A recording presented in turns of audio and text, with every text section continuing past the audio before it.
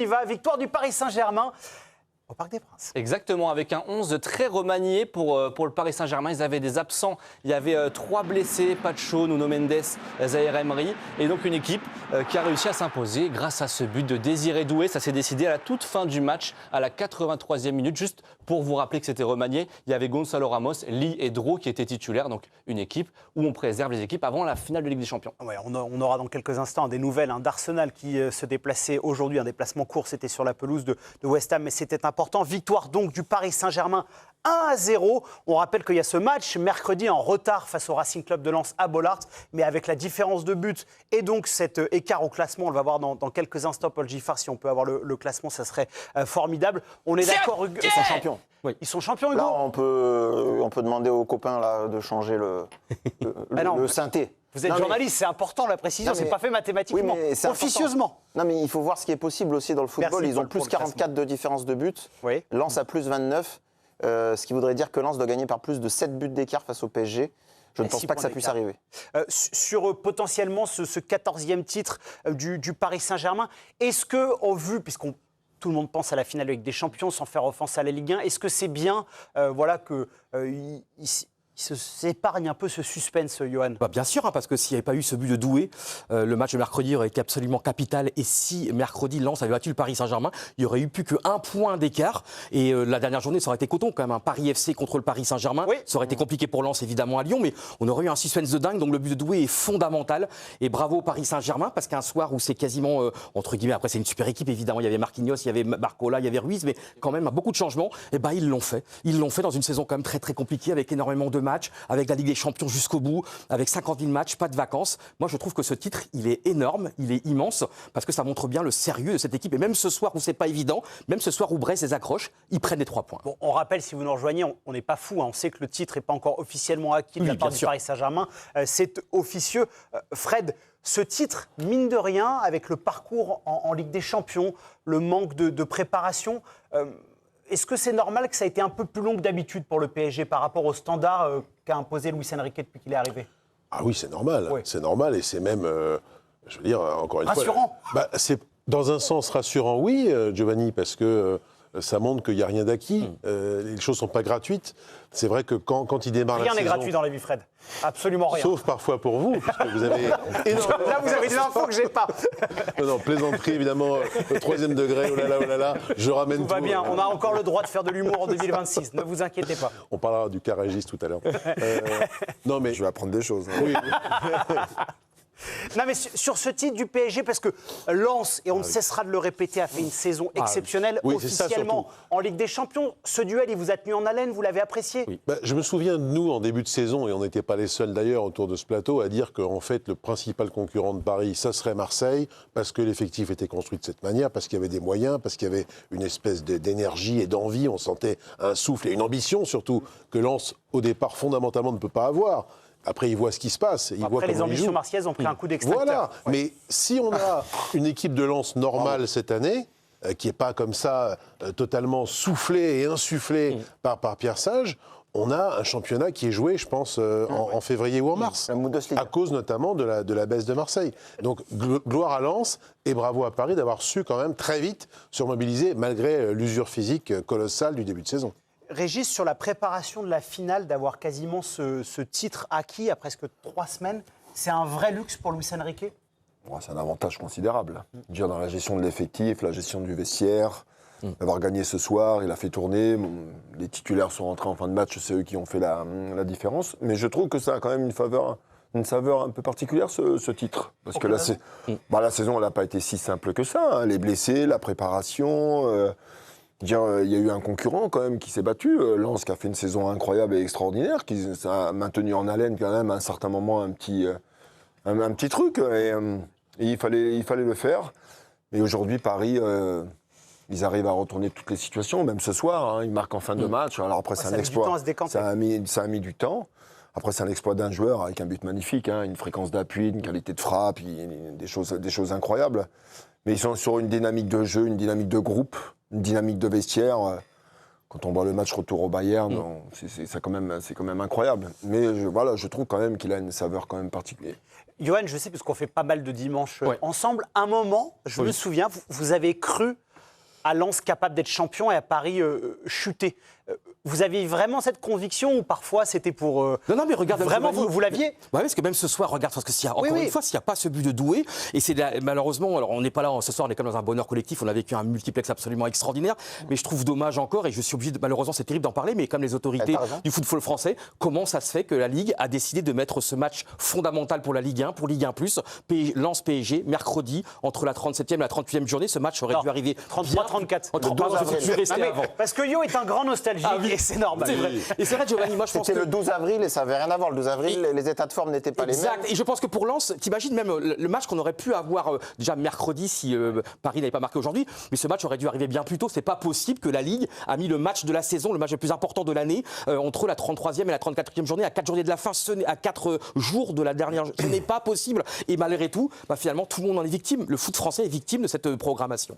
Hugo, par rapport à ce titre quasiment acquis du Paris Saint-Germain, est-ce que c'est quelque chose à banaliser compte tenu de ce qu'ils sont en passe de réussir en Ligue des Champions, le back-to-back, ou il faut le valoriser?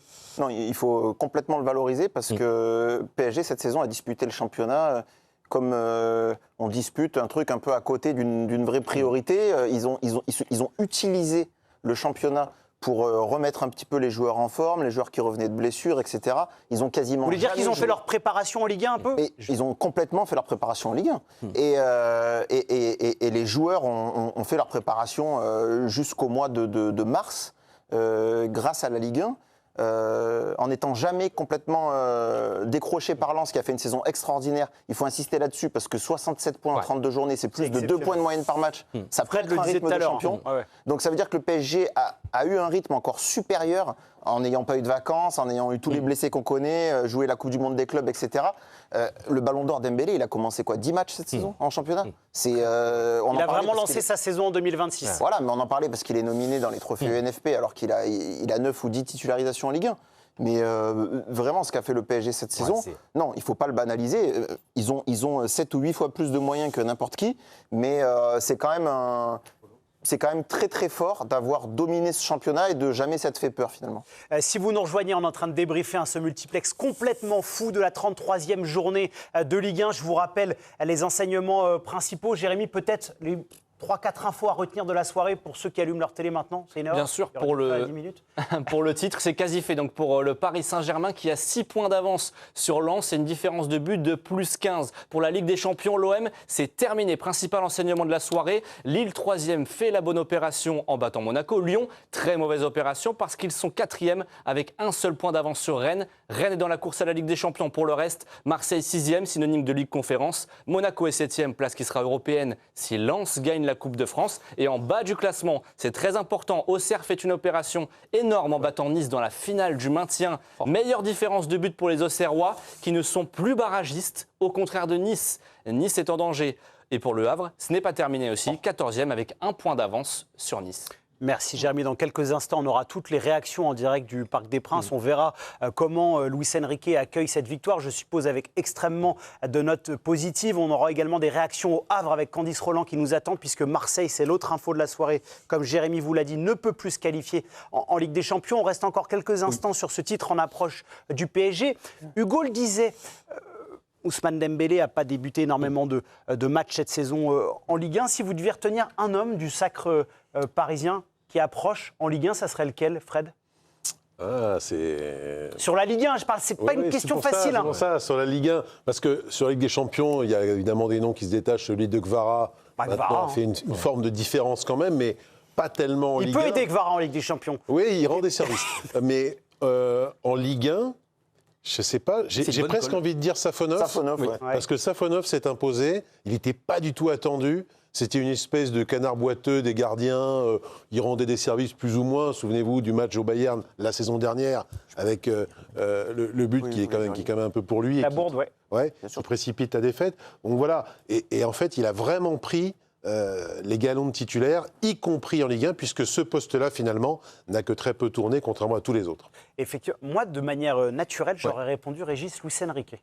Par rapport à ce qu'évoquait... Mais moi, tous les arguments que Hugo a dit tout à l'heure, je partage totalement. Parce que c'était loin d'être une saison. Vous trouvez que c'est un beau chroniqueur, Hugo? Pas mal. Ouais. Pas mal, il se débrouille. On se Ouais. croise de temps en temps dans la rue. Ah, d'accord.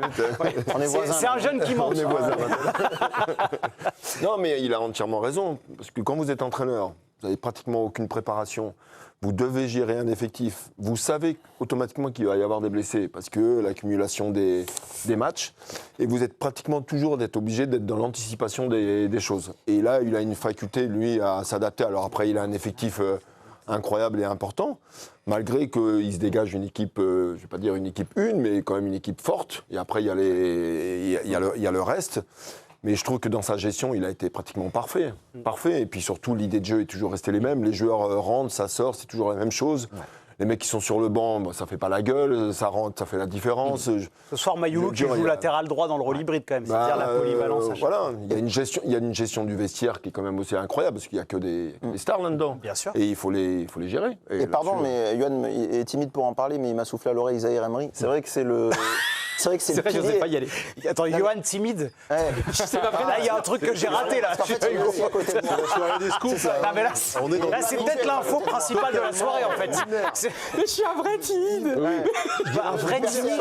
Mais un timide de quoi, Yoann? Allez, envoie sur Non, mais Zahir Emery, comme aussi, Voilà, pas allez-y, seulement en Yoann. Ligue des Champions, mais aussi en championnat. Et d'ailleurs, il est tellement intelligent, le garçon, il n'a pas pris un match par-dessus la jambe, toujours présent, toujours impliqué. Et c'est vrai que ce duo, Luis Enrique et Zahir Emery, c'est absolument extraordinaire. Il a tout joué. Combien de joueurs à la place de Zahir Emery auraient, tu sais, quand il y a un an ou plus d'un an, on lui a dit, allez, maintenant tu vas aller sur le banc, maintenant tu vas aller arrière droit. Et lui, il a dit, ok, il a compris, il n'a pas pété les plombs, il n'a pas dit, mais attends, il me prend pour qui l'entraîneur? Et je trouve que ce duo, cette fusion, voilà aussi, et peut-être le football de demain aussi, un joueur qui peut jouer arrière droit, qui peut jouer milieu. On l'a vu sur le premier C'est but. le fantasme absolu de Luis Enrique. Et hein. moi, je pense à part le poste de gardien, je pense, et même j'espère, grâce à l'intelligence des joueurs, parce que tous les joueurs sont intelligents, je pense qu'on arrivera un jour, en tout cas c'est mon souhait, à un football total où l'arrière-gauche peut jouer. C'est Rinus Michel, Ouais. c'est Bien l'Ajax, sûr. c'est les Oranges de 74. Exactement. Mais il a dit tous les joueurs sont intelligents. Bah, si je pensais que sur un début de débat où on me dit que Yoann Ryu est timide de finir sur l'Ajax, là franchement, j'y aurais pas cru. On rappelle ce dispositif exceptionnel. On aura des réactions un petit peu partout, à Toulouse notamment, où Lyon s'est incliné de buts 1. L'Olympique de Marseille qui a dit adieu à l'Olympique de Marseille au Havre et au Parc des Princes. Les réactions de Luis Enrique.